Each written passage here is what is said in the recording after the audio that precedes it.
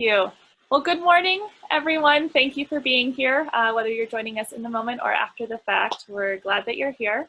A few housekeeping items. We are recording the session, and so we will have participants muted, and you're welcome to turn off videos if you'd like. You can ask questions at the end. We'll have a Q&A portion, and you can do that either in the chat box or can unmute yourself at that point.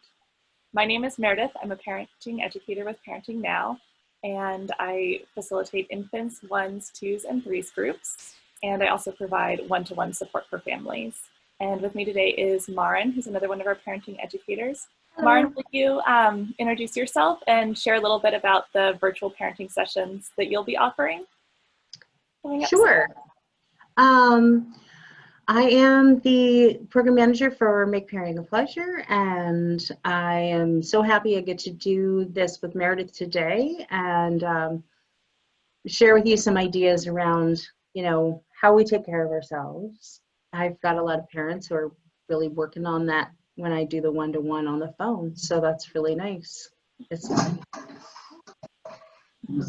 sorry, that was a really loud noise in my house. Working from home, that's what happens. Yes, ready for anything. Yes, for sure. So next time, I believe we're going to talk about some more of our self-care, promoting self-care and how we get to, some of the things I like to talk about with parents is making sure their kids are also getting some self-care and playing with them in a way that's really fun with positive attention can be a way that everybody feels a little taken care of. So positive attention is next week. Great. Cool. Yeah, so starting next week, we'll be starting to do our virtual parenting sessions every week, which is exciting. So rather than every other week, we'll be increasing how often we're offering them, which we're really excited about. Yeah, so today we're going to be talking about self-care, and we know, of course, that it's important, and sometimes as parents it can feel like just another item on our to-do list. We can sometimes beat ourselves up even a little bit because we feel like we're not doing enough of it. Or maybe when we do make time to do it, we feel guilty because we should be with our kids instead, or there's more around the house we could be doing. So it can, even though it's this nice thing, it can feel yucky sometimes for parents to try to make it happen. But we know that it's important. And so what we want to do today is to kind of maybe shift our mindset a little bit on what self-care is, how we can do it, both for ourselves, how we can help encourage our children to do it. And so I want to start by sharing a quote. And this is from a writer named Parker Palmer. And it says, "Self-care is never a selfish act. It is simply good stewardship of the only gift I have, the gift I was put on earth to offer others. Anytime we can listen to our true self and give the care it requires, we do it not only for ourselves, but for the many others whose lives we touch." So I'd like to encourage everyone who's listening, and Maren, if you'd like, you can participate as well, to take just a minute to think about some of the gifts that you have, the strengths that you bring to your family, to your friendships, to your work. And just for a minute, don't think about what you might feel like your shortcomings are. Just focus on the successes and the things about yourself that you feel good about. And I want you to think about what that brings to others in your life. So anytime that you're taking the time for yourself, that you're caring for yourself, you're creating more of those opportunities to share those gifts. And so just kind of thinking about it that way sometimes can be helpful. Maren, do you want to share a little bit about the benefits that you've seen of self-care with parents and families that you've worked with? And you're muted. So good that you're there to help me. Yeah, I would like to share some of the things. I think it's important to remember that self-care right now is so much harder for everyone because we are at home, because there are places for our kids to go and, get a break and go have a cup of coffee or meet up with a friend, because our kids are, at preschool or at camp or something like that. So it's much harder. It's much, much harder. The benefits I've seen are parents thinking this through about where can I fit some time for me in, and I have seen parents that don't think they have any time at all for themselves, and we've come up with some creative ideas. And they have said it helped tremendously, even just that time to realize that if they don't take care of themselves, then they're going to have a much harder time being a part of positive relationship with their child. That's wonderful. Yeah. Yeah. So you brought up a great point that in this current situation that we're all in, it's extra difficult. It's really, really tough to figure out how to do that. And so, especially for, we think about self-care sometimes in terms of time to ourselves, and we know that that's something that a lot of people need right now, is that alone time. But we also have heard a lot from parents who are needing connection with other adults, who, especially for people who are a little more extroverted or who are really close with, with friends or family who they can't see. And, sometimes our children are that way too. Our children need time with others, and that's an important part of self-care as well. And that's another one that is so difficult to try to figure out how to do when we're all, trying to stay safe and healthy as well. Do you mind sharing a few ideas about how to do that, whether it's connecting with friends or with, extended family, maybe, family members who you can't see, up close in person? Yeah. I think it's great to try to find a little time alone, and also, yes, to find time with people outside of that really concentrated in-house time, the immediate family, and to try to extend that. And so a couple of ideas that I can share is a mom who had a birthday for her 5-year-old, and they met out in the play area in the back with a couple of friends, and her little girl was desperate to see some playmates, and they talked with them all about how to do it, where they would sit apart from each other, and that wasn't a time to run. They understood we're not going to hug and things like that. So they got some ground rules, and they had a piñata party, because when you do piñata, everyone stays away from the person spinning that stick around, and it was really fun for them. I also had grandparents. There's another family who got a hold of grandparents and some aunts and uncles and asked if they could do some playtime with their child or their children if they had more than one. And could you kind of entertain them for a little bit? It was like finding someone to be with them while mom or dad or both were able to kind of step away. And also their children got time outside of that immediate home time, just mom and dad 24/7. And they felt happier. The children were more relaxed. So mom and dad felt a lot more relaxed also. And they even, we talked about even playing some games, like maybe the kids could play games. And I think if there's a way to play, maybe do bubbles, where grandma does a bubbles and then the child does bubbles, if it's really a little tiny. Yeah. Yeah. And things like bubbles, playing dolls or cars together. I have a neighbor down the street who does some remote watching of her 4.5-year-old grandson who's down in California right now, and they do Legos together. And so, grandma has a big tote of Legos and he's got a big tote of Legos, and they spend, as much time as they can, but usually it's at least a couple hours most days, building Legos together. And that's great for, for him and for her, to have that connection. And then also obviously for his parents who get a couple hours. Yeah. Would you share a little bit about maybe songs or finger plays, things that might be fun with really little ones who are just so confused, and sometimes, quite frankly, a little bit upset and put off by these faces talking to them through the screen? That's right. Yeah. So the really little children who are, infants, like a 1-year-old, 2-year-old, aren't going to understand why they can't actually see these people or even what's happening. So I've encouraged parents to learn a couple of finger plays if they don't know them, teach them to their child, make sure that they teach them to the grandparents or Uh-huh. friends, whomever it is. Yeah. And then they can do things like the Itsy Bitsy Spider. They can do, if you're happy and you know it, clapping games. They can do a lot of like wheels on the bus, anything that has a lot of motions and Yeah. keeps that toddler really engaged with the hand motions. And one dad said, I don't have any experience with those things. So I directed him to YouTube and I said, you can learn some songs on YouTube. And he did that. Oh, that's great. Yeah. Yeah, and often really young children love that repetition and that familiarity. That feels really good to them. And so having it be one that they've heard, from a parent or from someone else is a really great way to connect with them. And yeah, that's so sweet. There's lots of ways to get creative.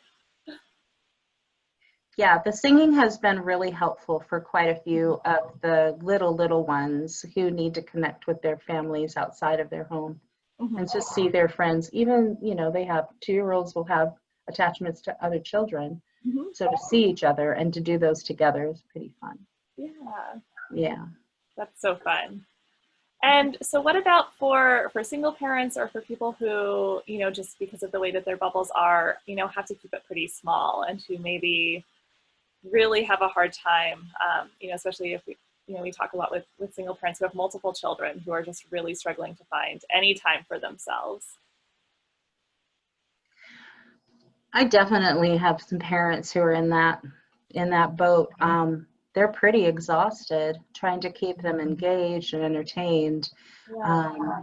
And one of the things we talk about sometimes when that's happening is to do an activity that the parent likes and then invite the children to do it with them. And one mom wanted to plant some sunflowers, and so she had her daughters come outside to the yard and they planted sunflowers and they did some other kind of gardening activities and the watering, and they just took their time and had a really great time. And mom felt really replenished, that was self-care for her. So doing the activities you like and bringing your children into them. I think sometimes parents think, oh, I need to always do what my kids like.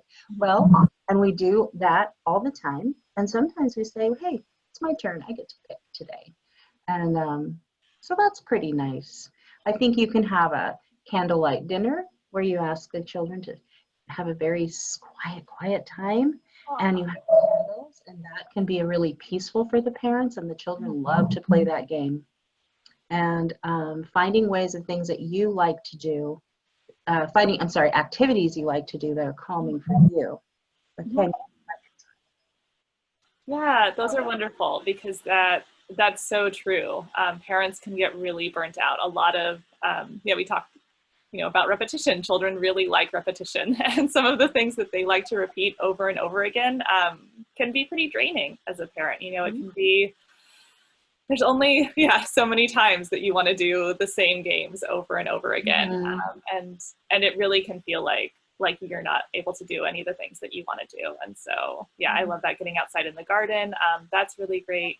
Just any time outdoors is often helpful for everyone in the family. And so, for maybe something like a walk or a hike, sometimes it can be a little bit of a struggle, if the children are not feeling it that day. And so there's ways to get creative and to make it a little bit more fun with them. If there's something that you're looking for, if you're kind of doing like a scavenger hunt, or if they have kind of a mission that, that they get to be trying to fulfill. Do you want to share some more ideas along those lines? Well, a simple activity and that children seem to love, and I've done it a lot when I was a teacher, was to take 2 toilet paper rolls, tape them together, and punch some holes in them, put the string on so it's like binoculars you wear around your neck, and then go for a walk and go bird watching and talk about the birds and where do they see the birds. And this is a way an adult is having an adult activity but bringing the children along. It's really fun. Yeah, that's so sweet.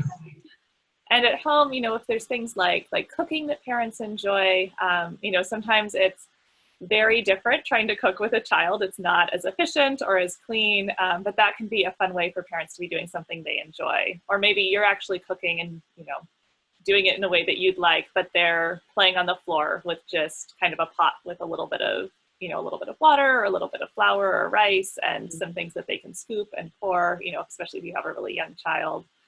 That's a great way for them to feel like they're involved, but for parents to be able to be doing something, for themselves. Yes.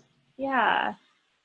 And sort of along that same line of creativity, there's so many things out there, that are for children and families. And so we definitely encourage people to seek out things that meet their interests. If there's, online, yoga groups or yoga classes, yoga videos that are specifically for families and for families with young children even.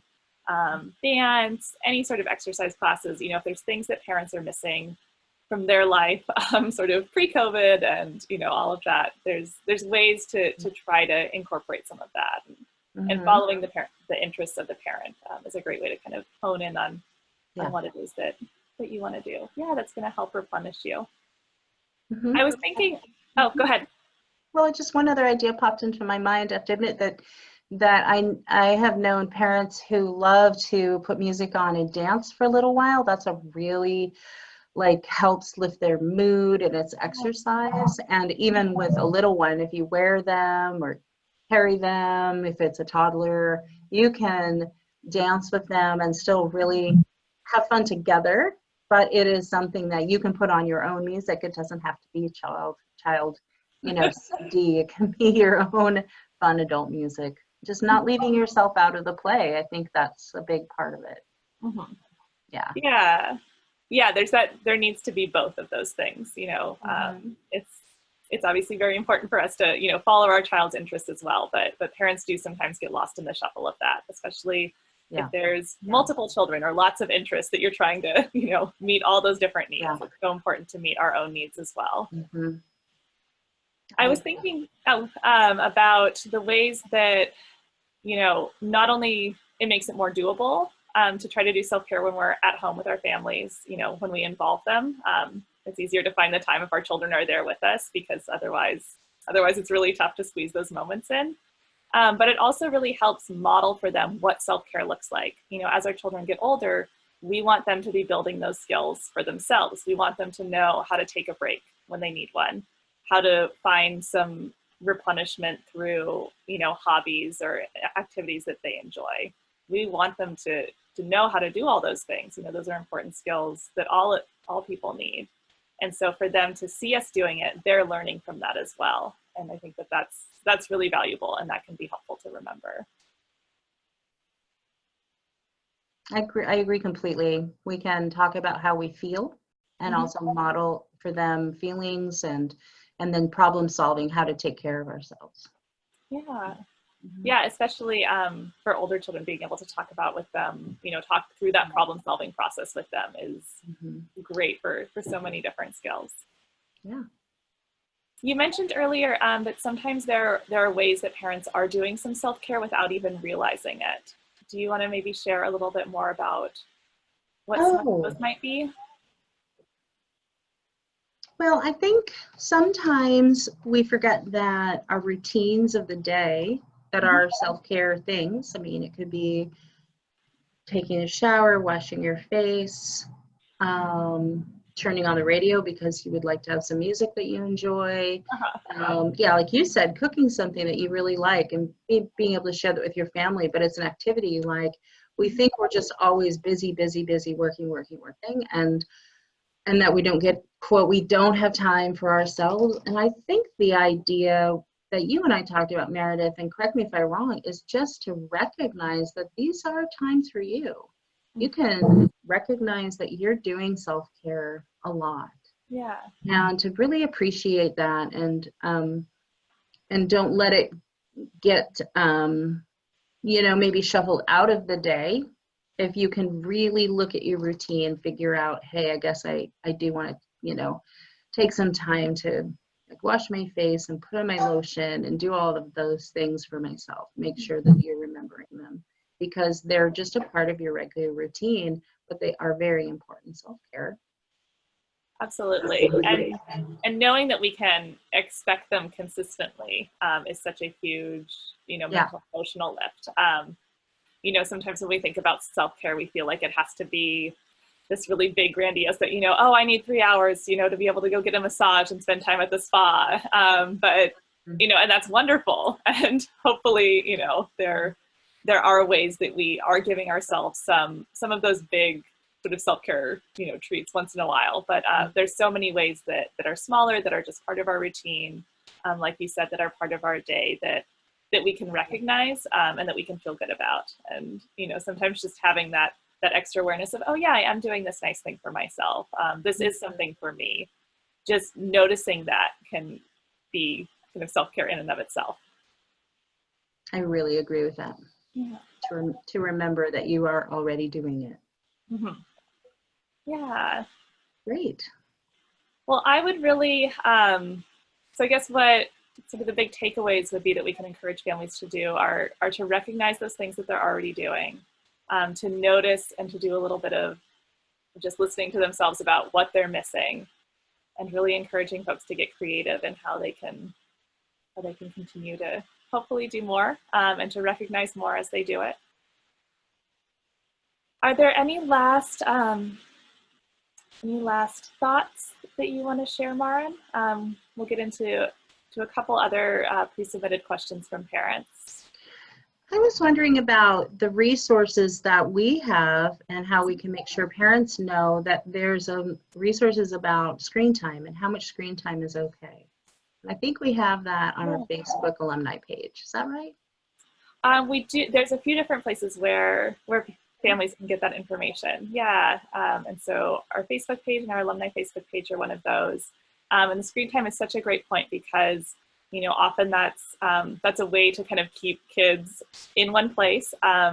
It can be really hard, you know, especially with younger ones, to find time to, you know, do something for yourself, or even just to get things done around the house, even if it's just, you know, getting the laundry done, getting dinner made, you know, getting a shower once in a while. All those sorts of things can be hard to do while keeping your children safe, you know, because we know that with younger children, that safety can be a big concern for parents. And so screens are a great way to do that. And there's some really wonderful, there's a lot of research that's being done about that, particularly during the pandemic, because it is, you know, being utilized more by parents. And yeah, so some of the big ideas that are coming out of that are making sure that when your child spends time on a screen, that you're connecting with them afterwards about that content. You know, that's another opportunity for you to be sharing with each other, even if you're not sitting down and watching with them, because if they're engaged, yeah, that's a great time to go take a shower, wash your face, try to eat a little bit of breakfast yourself. You know, eat the leftover bread crusts, which is what often, you know, parents end up doing. But to make sure that, you know, that afterwards, once you come back together, that you can say, hey, you know, what was happening in your video game if they're older, or, you know, what was Pooh doing in the 100-acre wood? That's a big one in our house right now. There's lots of ways to build the stories that they're seeing into ways that you're playing with them afterwards, or just to have conversations with them. And, you know, that's sort of what researchers are finding, you know, is that, you know, that connection afterwards is really, really valuable. You know, that there's some positive things that children get out of times on screens as well. So hopefully parents don't feel too guilty about that. That's great. Thanks for sharing that. And I'm glad people can go and find that information on the Parenting Now site and Facebook page. It's great. Yeah. Yeah, it's exciting to see, like we said before, you know, just all the creativity and all the different ways that people are finding ways to continue to connect with their children, with each other. We did have, yes, I wanted to just talk a little bit more about kind of that safety question. And I know that this is something that you often talk with families about. And so I would love for you to share a bit of just strategies, especially if you're the only adult in the house, you know, whether that's all the time or for long periods of time, how you step away when you need to and also maintain some safety. I think every parent's going to have to really think about their child's skills, what they're able to do if you need to step away. and to set up that space for them that will be safe. And if they, and then how long. So to think it through, make a plan, and to, again, that idea of maybe having a friend talk to them during when you get away, put them on the computer or on the phone where they can talk to their, if they're a little older and they can handle that by themselves. So as you said, a little bit of screen time is not harmful. When you come back to them and you reconnect about it, what did you see? What happened? Tell me about it. That's perfectly fine to step away, and often can be a safe way for kids to just wait for you to come back. And of course, if they're very little, then hopefully they're taking some naps, and then we probably feel they're safe because they're in a bassinet, a crib, or room that maybe has a gate on it so they can't leave. Yeah, that's important. Yeah, we can be strategic in finding ways when they are engaged. Yeah, whether that's taking a nap if they're really little, yeah, with, you know, getting a little bit of screen time, and or, you know, even if they're engaged in play, you know, sometimes parents feel this pressure that we need to be playing with our children all the time and engaged with them all the time. And play is really important. And you're going to talk about, you know, in a future session about positive attention through play and all the values in that. But we also know that children, you know, need to learn to play independently, and that's when a lot of creativity comes out. That's when you know, their focus is really developing. And so hopefully parents also remember that it's okay to step away sometimes if they're, you know, really into whatever they're doing with the trains or the, you know, animals, whatever it is. You know, if they're super engaged in drawing or with some clay, that's a great time to, you know, step outside, get a breath of fresh air. Maybe have a hot cup of coffee instead of a cold cup of coffee. All the little things. That's right. Well, this has been wonderful. Thank you so much, Maren. Are there any other last takeaways that you'd like to share with parents before we wrap up? I think so. I think we covered a lot of ground. I think people can, you know, our parents do seek out that support from each other when we have groups going. And I just would really recommend that they try to seek out some conversation with other parents to have support. Yeah. However they can.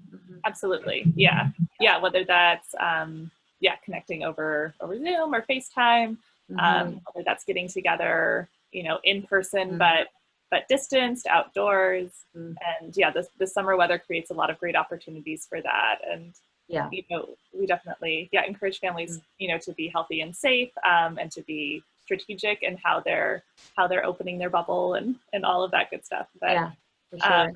There's certainly ways to find, just more opportunities to be with other people, because that is such an important part of being human. And can be the one part of self-care that makes more of a difference maybe than anything.